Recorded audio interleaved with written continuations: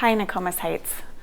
I just wanted to take a minute this week to check in with everybody and say that, I know it's been a hard month, really, as first the shooting in Buffalo and now this tragedy in Uvalde, Texas. And I've heard from many of you about how hard it is to kind of live and move in the world right now. Our scripture for this weekend actually says, of God, in Him we live and we move and we have our being. And as I was going to work this morning and listening to NPR, I heard of the people in Uvalde, Texas, who are actually gathered last night in a time of vigil and prayer with one another, because that's the instinct, right?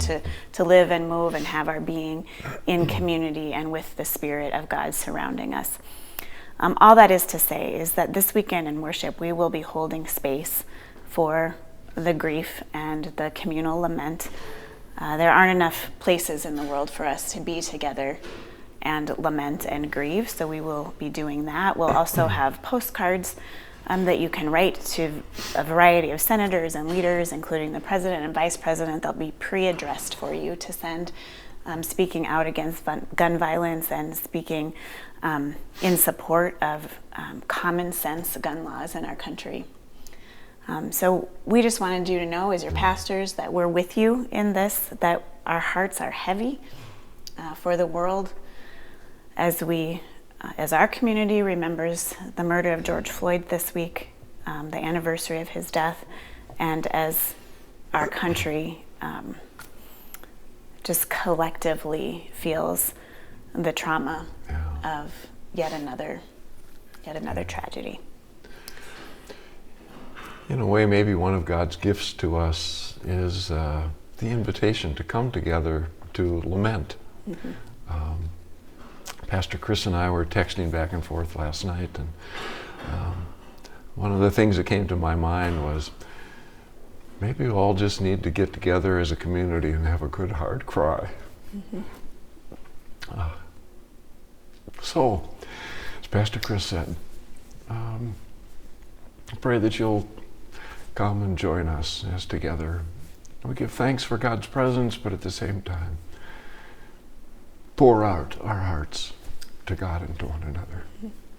And hold space for each other, but also for especially the Black and Brown and Indigenous population in our community. And we know that the school in Uvalde, Texas was 90% Latino, and it's just that those who are already oppressed in our communities, and the shooting in Buffalo was all Black people, a racially motivated crime, that the oppressed people in our communities continue to live under this ridiculous and ungodly reign of oppression and power in this country. And so we hold that in this space too, our own grief, and more importantly, the grief of the people who are most affected by all that's going on in our world. So come to worship at 10 o'clock on Sunday morning to be together, or watch our worship service online at 10 o'clock on Sunday morning. And we're here too.